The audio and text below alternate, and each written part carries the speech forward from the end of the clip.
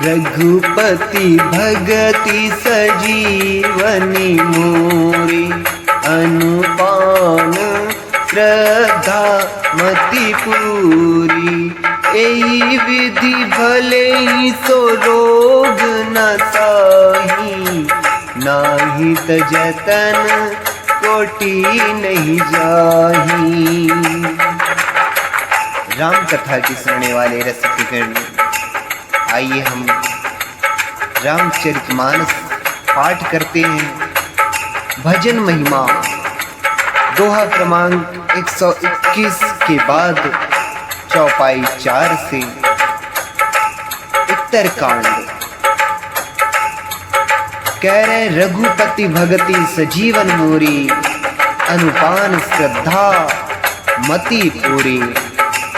श्री रघुनाथ जी की भक्ति संजीवनी जड़ी है, श्रद्धा से पूर्ण बुद्धि ही अनुपान अर्थात दवा के साथ लिया जाने वाला मधु आदि है। इस प्रकार का संयोग हो तो वे रोग भले ही नष्ट हो जाएं, नहीं तो करोड़ों प्रयत्नों से भी नहीं जाते। क्या रोग, कौन सा रोग? विशेष रूप से संक्षेप में कह सकते हैं भव रोग, अर्थात संसार सागर का जो मोह है, और उसमें भी विभिन्न प्रकार के रोग हैं। वे सब जो रोग बताए हैं काकभूषुंडी जी महाराज ने पक्षीराज गरुड़ जी को, आप सब मानस प्रेमी इसको भली प्रकार से पढ़ेंगे, समझेंगे। आगे क्या कहते हैं?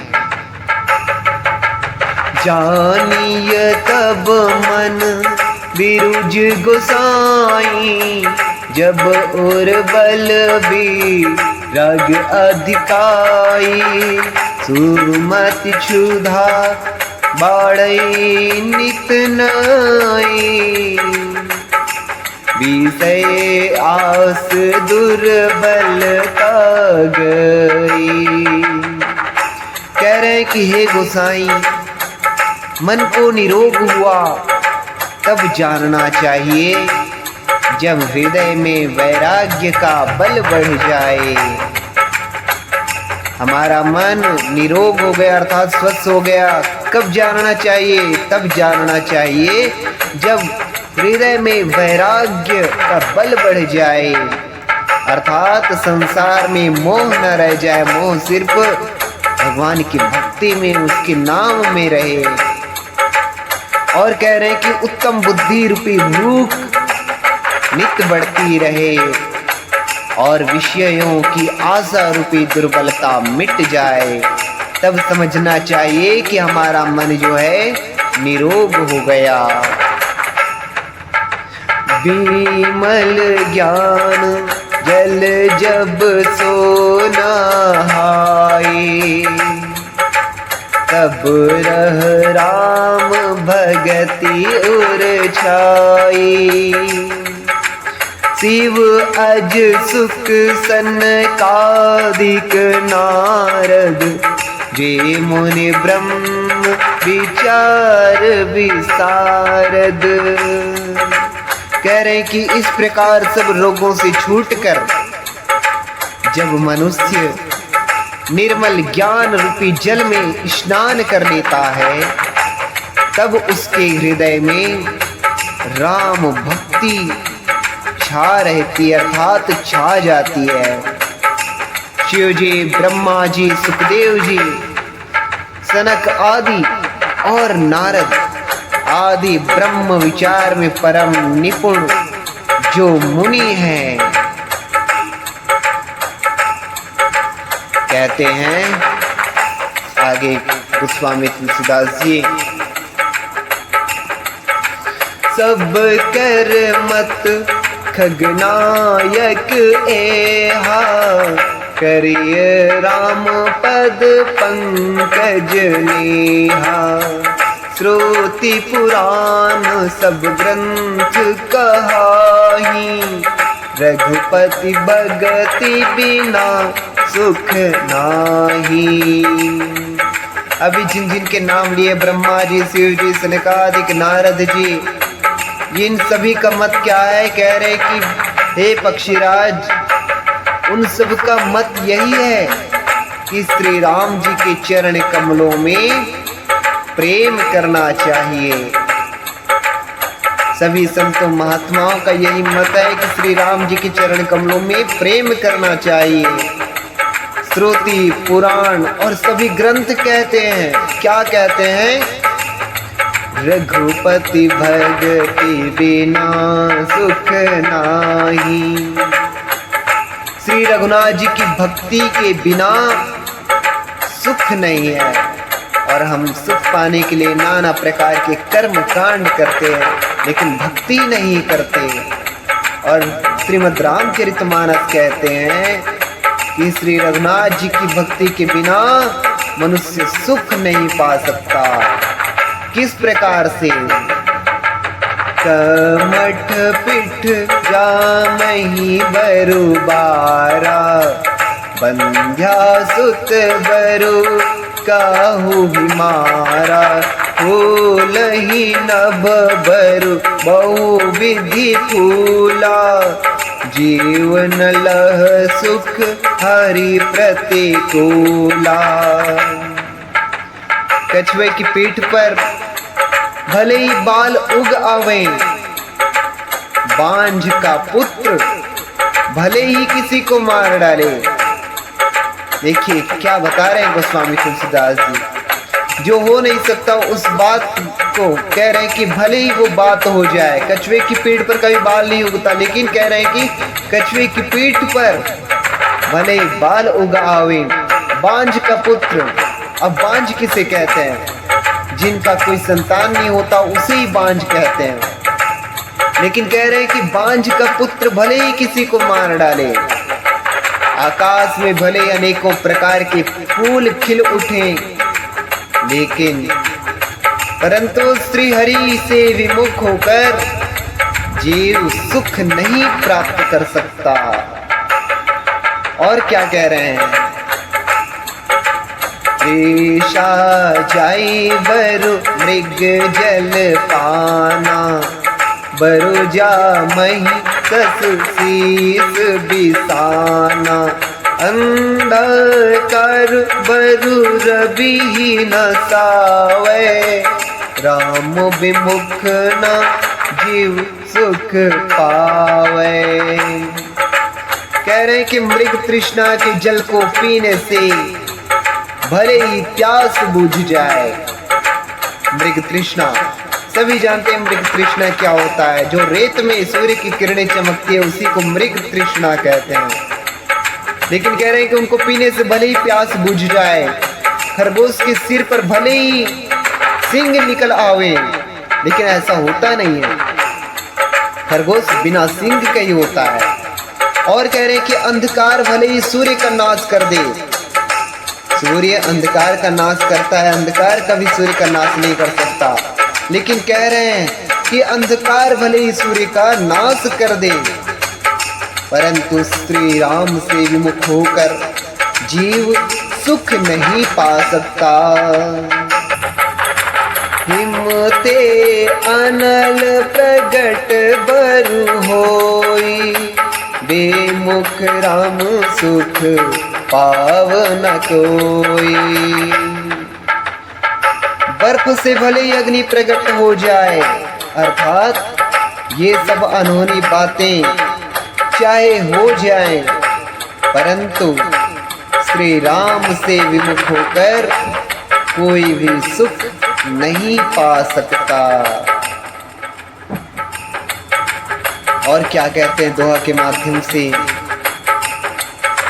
बारी मथे घृत होई बरु, सिकताते बरु तेल। बारी मथे घृत होई बरु, सिकताते बरु तेल। बिनु हरि भजन न भव तरिय, यह सिद्धांत अपे। बिनु हरि भजन न भव तरिय, यह सिद्धांत अपे। कह रहे हैं कि जल को मथने से भले ही घी उत्पन्न हो जाए और बालू अर्थात रेत को पेरने से भले ही तेल निकल आवे, वैसे ये बात पूरे असंभव है। लेकिन फिर भी गोस्वामी जी कह रहे हैं कि अगर ये असंभव बात संभव हो जाए, परंतु श्री हरि के भजन बिना संसार रूपी समुद्र से नहीं तरा जा सकता। यह सिद्धांत अपेल है, अटल है। मस कही करई, मस कही करई बिरंची प्रभु, अजही मसकते ही। अस विचारे तज संशय, रामई भजहि प्रवीण। कह रहे हैं कि प्रभु मच्छर को ब्रह्मा कर सकते हैं और ब्रह्मा को मच्छर से भी तुच्छ बना सकते हैं।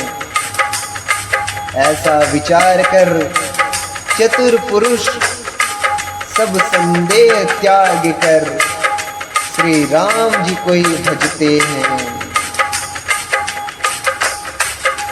विनिश्चितं वदामि तेन अन्यथा वचांसि मे, हरिं नरा भजन्ति ये अति दुस्तरं तरन्ति ते। कागभूषुंडी जी महाराज पक्षीराज गरुड़ जी से कह रहे हैं कि मैं आपसे भली भांति निश्चित किया हुआ सिद्धांत कहता हूँ, क्या कि मेरे वचन अन्यथा अर्थात मिथ्या नहीं है, कि जो मनुष्य श्री हरि का भजन करते हैं वे अत्यंत दुस्तर संसार सागर को सहज ही पार कर जाते हैं। और क्या कहते हैं, कहिऊं नाथ हरि चरित अनुपा, व्यास समास स्वमति अनुरूपा। श्रुति सिद्धांत की है और गारी, राम भजिय सब काज विसारी। कह रहे कि हे नाथ, मैंने श्री हरि का अनुपम चरित्र अपनी बुद्धि के अनुसार कहीं विस्तार से और कहीं संक्षेप से कहा, अर्थात कहीं पर छोटा तो कहीं पर बहुत ही लंबा बता करके मैंने कहा। तो हे सर्पों के शत्रु गरुड़ जी, श्रुतियों का यही सिद्धांत है कि सब काम भुलाकर अर्थात छोड़कर श्री राम जी का भजन करना चाहिए। प्रभु रघुपति तज से काही, मोह से सट पर ममता जाही। तुम विज्ञान रूप नहीं मोहा, नाथ किन मोह पर अति छोहा। प्रभु श्री रघुनाथ जी को छोड़कर और किसका सेवन अर्थात भजन किया जाए, जिनका मुझ जैसे मूर्ख पर भी ममत्व अर्थात स्नेह है। कागभूषुंडी जी महाराज कह रहे हैं कि मेरे जैसे मूर्ख पर भी प्रभु का स्नेह है। तो हे नाथ, आप तो विज्ञान रूप हैं, आपको मोह नहीं है। आपने तो मुझ पर बड़ी कृपा की है, जिससे प्रभु जो है मुझ पर कृपा बनाए हुए हैं कि मैं प्रभु की महिमा गाऊं। आपको तो सिर्फ मोह का बहाना बनाए हैं और आपने मुझे प्रभु का कथा चरित्र सुनाने के लिए कहा। प्रभु ने मुझ पर बड़ी कृपा की है। श्री राम जय राम जय जय राम, श्री राम जय जय राम।